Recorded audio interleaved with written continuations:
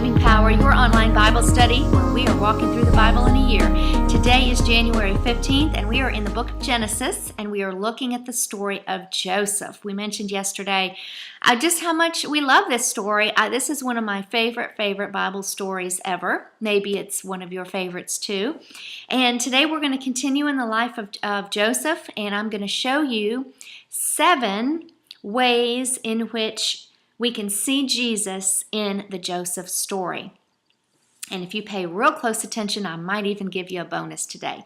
As we get started, I really want to thank you for Bible studying with me today. I am so excited that you have decided to join me, and I really just can't wait to share some of these points with you in the lesson today. I get really excited to do that, and I just want to tell you that we are halfway through the first month, and we're just trekking right along, and I just wanted to give you a word of encouragement. You're doing a great job, and I'm just so proud of you and thankful that you've decided to read the Bible this year with me.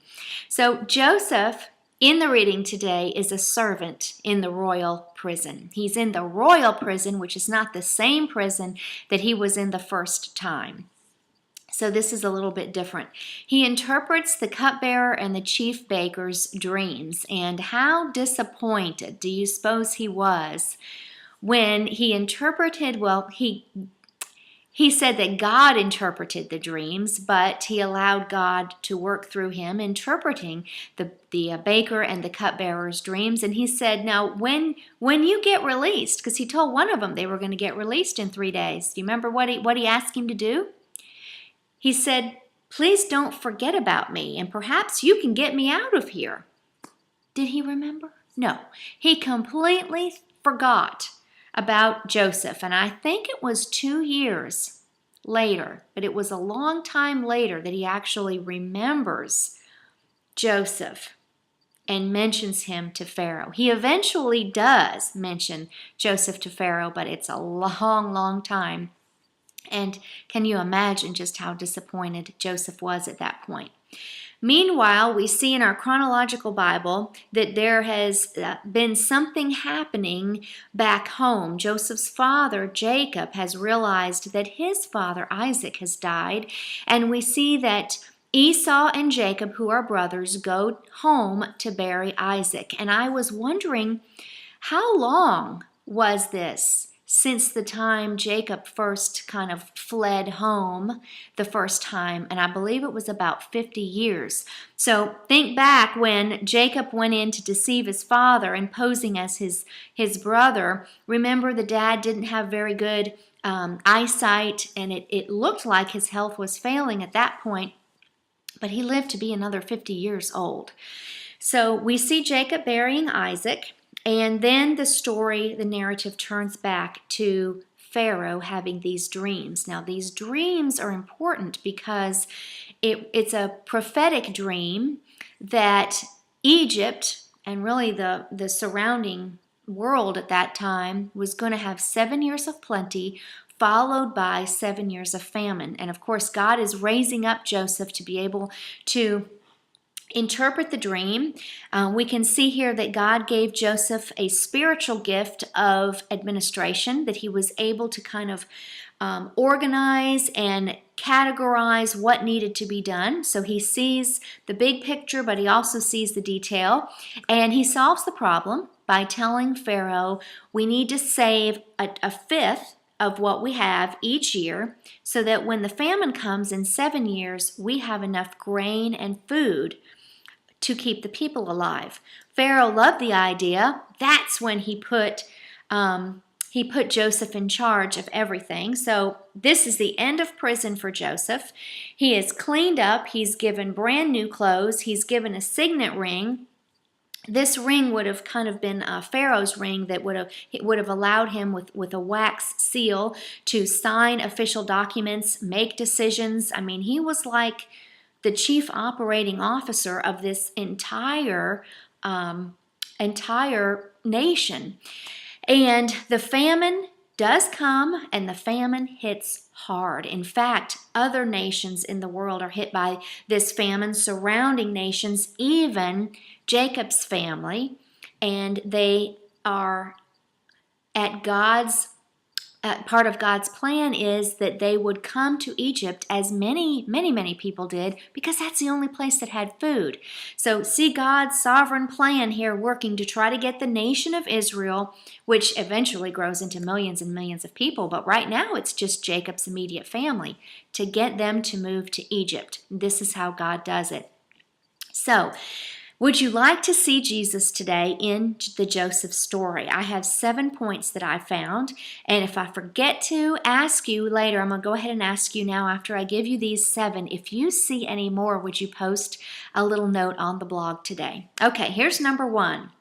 Both Jesus and Joseph were beloved sons of their father, but they were rejected by their brothers. Right? Jesus was beloved by the Father in heaven, but he was rejected by his own people.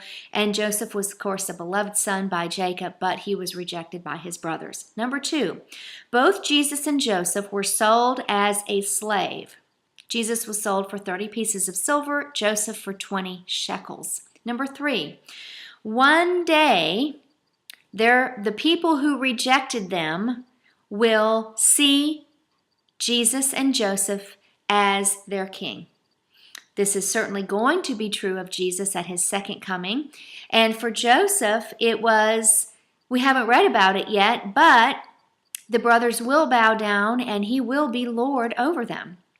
Number 4, both Jesus and Joseph were victorious over temptation. Jesus was tempted, he never sinned, and it appears here from the story that Joseph was tempted in many ways, yet he remained faithful to God.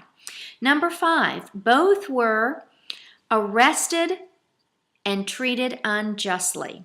So even though they did nothing wrong, they were arrested and treated wrongly. Of course, we know Joseph was thrown into prison and Jesus, of course, was ultimately taken to the cross. Number 6, both Jesus and Joseph were faithful to God and ministered to others. And number 7, they were both eventually exalted to a position of authority and were responsible for saving the nations. Of course, Jesus saves the nations. All those who will believe in him and will turn to him, they are saved spiritually, and in Joseph's day, they were saved physically from dying of starvation. Now, since you've been so attentive today, I'm going to give you a bonus. There's actually, and I love to find patterns of 7, but I actually found another one. The brothers, here's your bonus, the brothers did not recognize him their first visit to Egypt. And we're getting a little ahead of ourselves because in tomorrow's reading you're going to read that the brothers come at Joseph's request to buy some food because there's a famine where they're living. And they come to Joseph, and Joseph recognizes them, but they don't recognize him. Now, how is that like Jesus?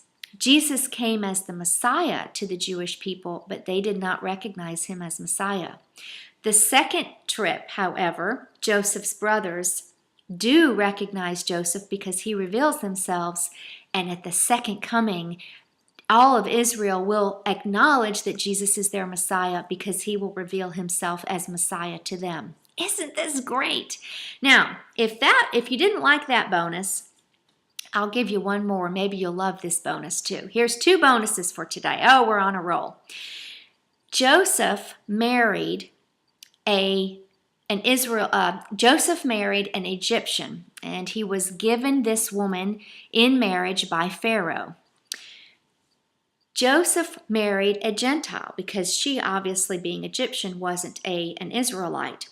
So her marriage to Joseph is a type of Christ's marriage to the church because the church aren't Jewish, they're Gentiles. And this is what happens. Jesus and the church is called the bride of Christ, during the time when the brothers, or in this case his Jewish people, reject him. So how'd you like that? Joseph's name, I'll give you one more thing to think about today. Joseph's name means he was given a new name by Pharaoh. And we like to look at the meaning of names because in the Bible, a Hebrew name has a lot of prophetic meaning by it. it's not really true of our culture where we just kind of name our children whatever name we like, but it's very true in the Bible to look at the name because there's meaning. Joseph's name, Zaphenath-Paneah, which is the one that the Pharaoh gave him, actually means a revealer of secrets.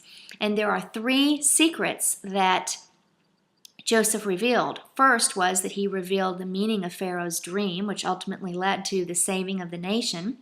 Second, he is the revealer of the brother's heart. Tomorrow in your reading, look for the crafty and such wise way Joseph used to uncover the condition of his brother's heart, to see if they were really sorrowful and sorry for what they had done to him in selling him into slavery. We're going to learn about that secret tomorrow. A third secret that Joseph revealed, which we will also read about in the coming days, is God's purpose in all this. Ultimately, Joseph is able to kind of put a label on it. Why did God allow all this to happen in my life? And he will reveal that through Scripture in the coming days as well. So these are the 3 secrets that Joseph was able to uncover, hence his name, the Revealer of Secrets.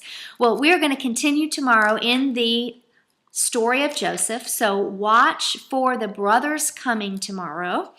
Watch for their first visit. Watch what happens on their second visit and see if Joseph doesn't reveal himself to them in the end. I know you will enjoy that story. Well, thanks so much for being with me today. It was my pleasure to Bible study with you. Blessings to you and your family. Shalom.